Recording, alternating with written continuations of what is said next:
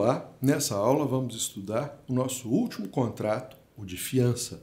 Evidentemente, há vários outros contratos não tipificados no Código Civil, mas acerca deles falaremos em outros vídeos. Ao final, você deverá saber alguns detalhes fundamentais acerca desse importante contrato. Fiança é espécie do gênero caução, garantia. É, juntamente com o aval, caução pessoal fidejussória, em contraposição ao penhor, hipoteca e anticrese, que são cauções reais. Fiança é o contrato por meio do qual uma pessoa se obriga para com o credor de outra a satisfazer a obrigação, caso esta não a cumpra. A fiança pode ser convencional, legal ou judicial, sendo muito comum como pacto acessório aos contratos de locação e mútuo bancário. Importante é destacar que a relação contratual que se estabelece será entre o fiador e o credor, ainda que seja o devedor quem apresente o fiador e ainda que o devedor pague pela fiança. O fiador deve ter capacidade geral e contratual. A capacidade contratual refere-se à capacidade para alienar com a devida vênia conjugal, a menos que o regime matrimonial seja o da separação de bens. Mas na falta de autorização do cônjuge, a fiança não será defeituosa no seu todo. O patrimônio do casal, todavia, só responde até a ameação. A lei faz algumas restrições, ora proibindo, ora limitando a liberdade de prestar fiança. São, portanto, proibidos de prestar fiança os agentes fiscais, tesoureiros, leiloeiros e autarquias. Limita-se a capacidade, no caso dos tutores e curadores, que não podem afiançar em nome dos seus pupilos e curatelados. Os governadores não podem prestar fiança sem autorização legislativa. As unidades militares tampouco podem afiançar oficiais e praças.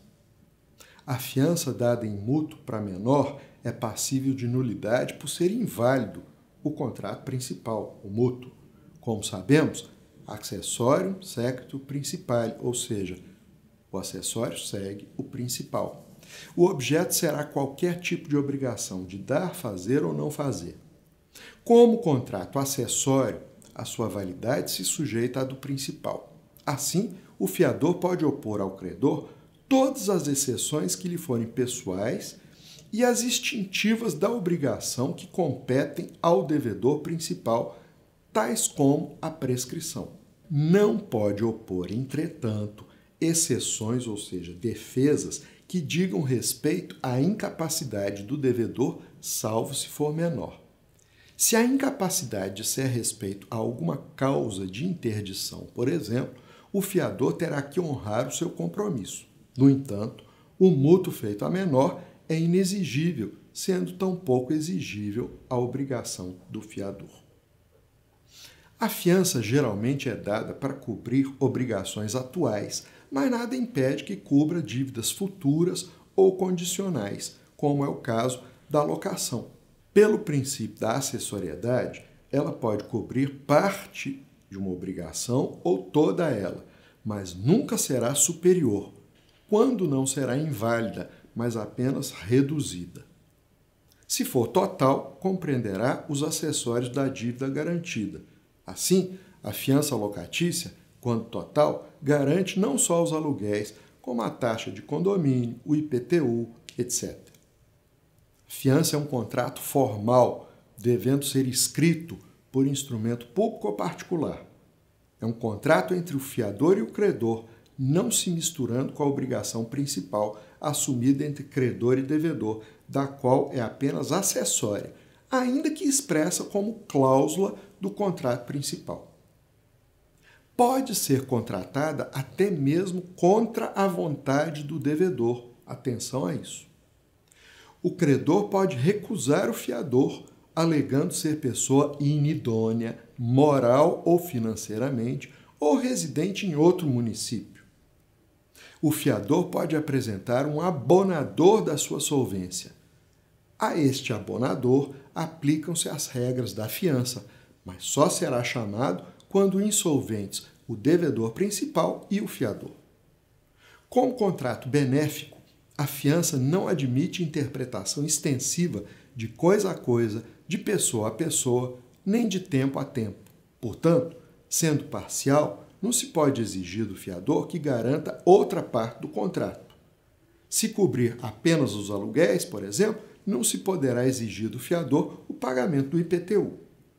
Se, por exemplo, o credor for substituído por outra pessoa, suponhamos, por força de cessão de crédito, cessa a fiança, pois que não se pode interpretá-la extensivamente de pessoa a pessoa. Se concedida por prazo certo, vencido este, ainda que o contrato se renove, a fiança termina, porque não se interpreta de tempo a tempo. Na fiança locatícia, porém, presume-se que vigore até a efetiva entrega das chaves, conforme o artigo 39 da Lei 8.245 de 1990. No mais, todas essas disposições podem ser revogadas por norma contratual expressa. Nas relações entre fiador e credor, seu principal efeito é o chamado benefício de ordem, que torna a obrigação do fiador subsidiária à do devedor. Em outras palavras, o fiador só será acionado se o devedor não possuir bens suficientes para pagar. Mas, para que possa usufruir do benefício, uma vez acionado, o fiador deverá nomear bens do devedor, sitos no mesmo município, livres e suficientes para o adimplemento do débito. Segundo o artigo 130 do CPC, é admissível o chamamento ao processo requerido pelo réu, no caso o fiador, do afiançado e dos demais fiadores. Será recusado o benefício de ordem. 1. Se precluso o direito do fiador de alegá-lo em sua defesa. O prazo é o da contestação. 2.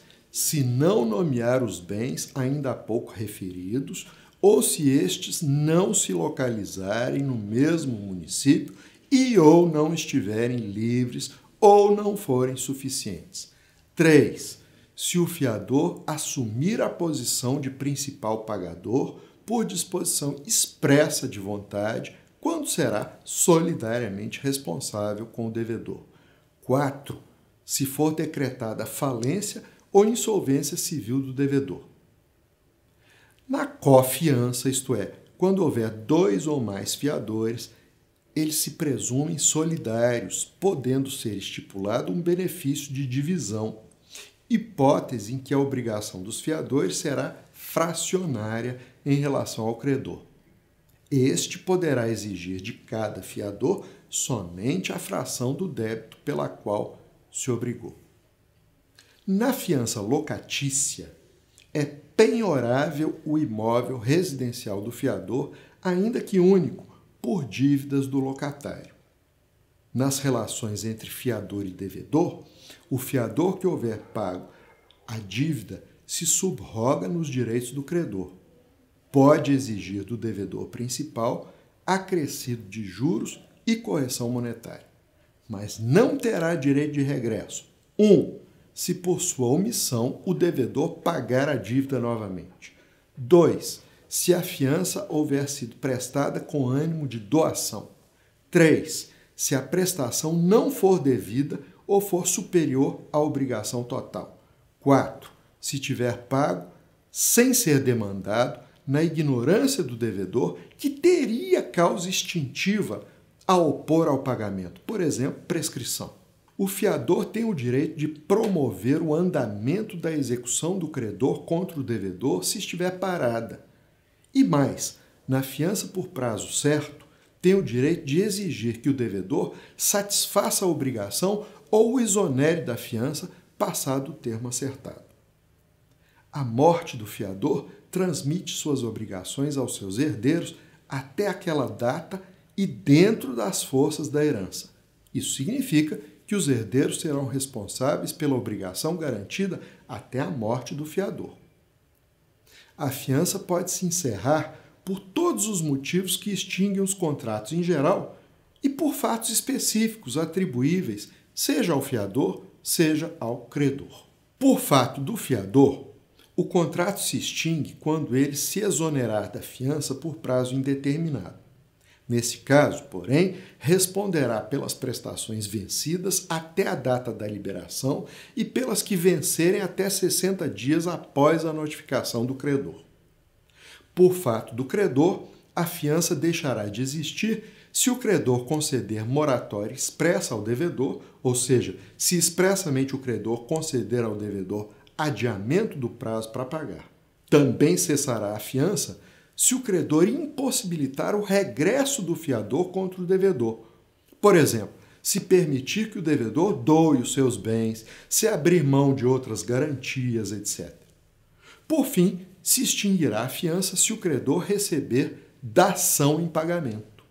Nesse último caso, se a coisa dada em pagamento for perdida por evicção, a obrigação antiga se estabelece. Neste último caso, se a coisa dada em pagamento for perdida por evicção, por exemplo, a obrigação antiga se restabelece, mas a fiança não. Muito bem, acabamos por aqui. Vamos aos exercícios?